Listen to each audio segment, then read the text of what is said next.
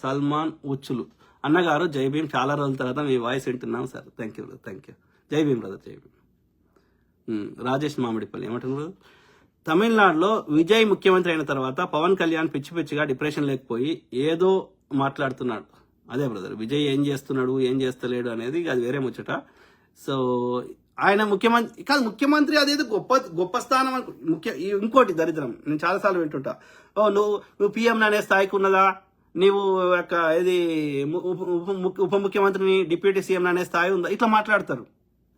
వాళ్ళే చెప్పారు, మనం చెప్తలేం. ఓకే, మే జోలా లేకే చల్ పడుంగా అన్నోడు. ఓకే, నేను ఇంతమందికి సేవ చేస్తా అని నువ్వు పార్టీ పెట్టి నేను మీ అందరికి సేవకుడిగా ఉంటా అని చెప్పినావు కాదా?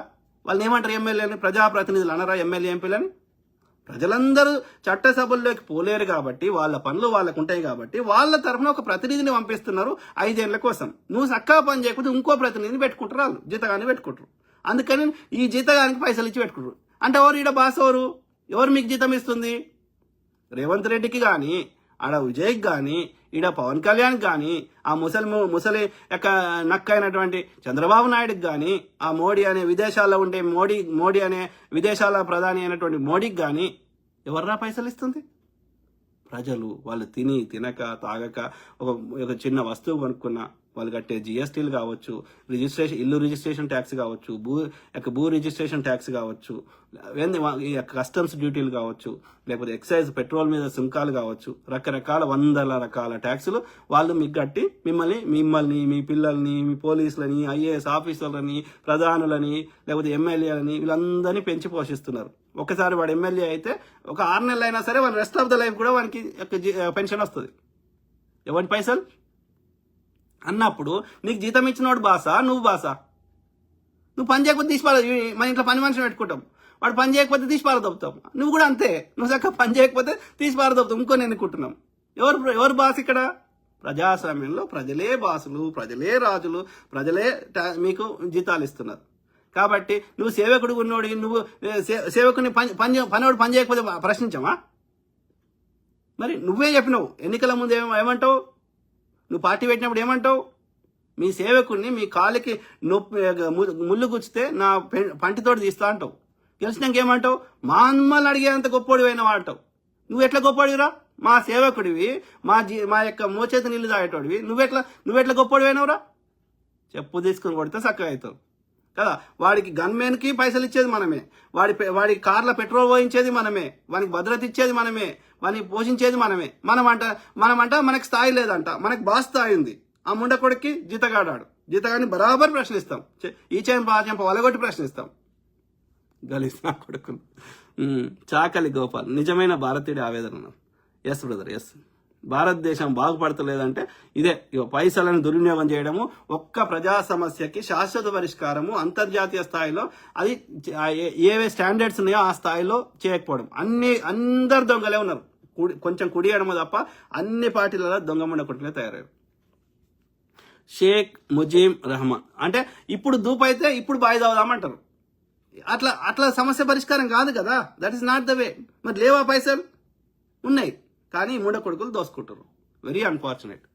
షేక్ ముజీబ్ రహమాన్ అన్నాను. Super, thank you brother. ఎవరు? Rahman Sharif. Okay, good, thank you brother. Ch Venkatesh, ఈ బత్తాయిలు మారరు sir, I always obey what you speak. Thank you brother. కానీ బత్తాయిలు మారుతారని నేను చెప్పట్లేదు బ్రదర్, మనకు తెలుసు వాళ్ళు మారరు. పిచ్చి ముండా కొడుకులు భూమికి భారంగా ఉంటారు, కానీ వాళ్ళ సంఖ్య ఎంత? చాలా తక్కువ. కానీ వాళ్ళ ట్రాప్లో మంచి వాళ్ళు పడకూడదు అనేదే నా బాధ. అందుకని ఈ మెజారిటీ ఉన్నటువంటి మంచి వాళ్ళు వాళ్ళ ట్రాప్లో పడొద్దు. వాళ్ళ యొక్క వాళ్ళ మోసాలు ఏందో గ్రహించాలి. ప్లస్ వాళ్ళు చెప్పే ఈ కులము మతము ఈ డిస్ట్రాక్షన్లో పడొద్దు. మనకు ప్రజా సమస్యలే ముఖ్యం అనేది ఈ మెజారిటీ వాళ్ళ కోసం, వాళ్ళ ట్రాప్లో పడకుండా ఉండడం కోసం వీళ్ళు కూడా ప్రశ్నించాలని చెప్పి వీళ్ళు కలిసికట్టుగా ప్రశ్నిస్తే కొద్దిమందే ఉన్నారు. సో వాళ్ళ మీడియాలు, వాళ్ళ చెత్త మీడియాలు కానీ వాళ్ళు కానీ వాళ్ళ ప్రభావం తగ్గుతుంది, మనకి ఎంతో కొంత న్యాయం జరిగే అవకాశం ఉంటుంది. కాబట్టి ఈ మంచి వాళ్ళ కోసమే నా ముచ్చట, ఆ దుర్మార్గుల కోసం కాదు. మంచి వాళ్ళు ఇంకా గట్టిగా పోరాడాలనేది నా ఆరాటం. వాళ్ళు మారని మనకు తెలుసు కదా, వాళ్ళ కోసం చెప్తలేం. వాళ్ళ కోసం చెప్పి మనం ఒక్క నిమిషం వేస్ట్ చేసుకోం. ఈ మంచి వాళ్ళందరం కలిసికట్టుగా పోరాడితే వాళ్ళని అధికారం లేకుండా చేయొచ్చు. తన్ని ఆ బే ఆఫ్ బెంగాల్ బంగాళాఖాతంలో పడేయచ్చు అట్లా. అన్న నీ స్పీచ్ సూపర్. పవన్ కళ్యాణ్ కులాలు మతాలకు చిచ్చు పెట్టాడు. కొడుకు వాడి అంతకుముందు ఏం చెప్పేటోడు, నాకు ఆదర్శ భావాలు ఉన్నాయి, నాకు కమ్యూనిస్ట్ భావజాలం ఉంది, నాకు నక్సలైట్లు అంటే చాలా ఇష్టము, నేను చెగువీరా అంటే నాకు ఆరాధ్యము అని చెప్పేటోడు. ఇప్పుడు ఏం చెప్తున్నాడు, మోడీ అంత గొప్పవాడు లేడు అని చెప్తున్నాడు. కొడుకు అధికారం కోసం గడ్డి తినరా అంటే గడ్డి తింటారు. ఓకే, వాడు చంద్రబాబు నాయుడు అట్లే ఉన్నాడు, వీడు అట్లే ఉన్నాడు. Very unfortunate. రమేష్ కుమార్ దండ్రే అన్న పీకే గాడు చెక్క, అంతే కదా, కరెక్ట్ బ్రదర్. చెక్క కాకపోతే ఇప్పుడు ఫస్ట్ ఆమెను ఎందుకు వదిలేసిండో, ఆమె ఎక్కువ రోజులు లేడో వదిలేసిండు. ఓకే, రెండో ఆమెను వీడు ఇష్టంతో ప్రేమించి పెళ్లి చేసుకున్నాడు, రేణు దేశాయిని. ఓకే, అది ఇంట్లో వ్యతిరేకించి. మరి నీ ఇష్టంతో చేసుకున్నాక ఆమెను ఎందుకు వదిలేసి మళ్ళీ మూడో ఆమె రష్యన్ డాన్సర్ని ఎందుకు పట్టుకున్నాడు? మధ్యలో ఇంకో ఆమె ఉండే, ఆమె పేరుని మర్చిపోయినా. ఆయన ఎంత ఘోరం. ఓకే, చక్కగా కాకపోతే ఎందుకు చేస్తాడు? ఒక్కదాంతో ఉండలేకపోతున్నాడు. అంతే వాడిగా, అంతే. సో మళ్ళీ ఎవరిని పడితే వాడిని ఎవడు ప్రశ్నిస్తే పాపం ఆయన పోసాని కృష్ణమూర్తి ఎంత ఇబ్బంది పెట్టారు. ఎందుకని? ఇదే పవన్ కళ్యాణ్ గారు మరి ఇట్లా చేస్తే మరి జగన్ అప్పుడు పెట్టలేకపోయిందా? కాంగ్రెస్ పెట్టలేకపోయిందా వీళ్ళందరినీ తీసుకొని కదా? అసలు బీజేపీ పార్టీ లేకుండా వేయలేకపోయిందా కాంగ్రెస్?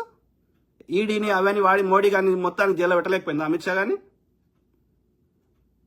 దొంగ బాడుకో.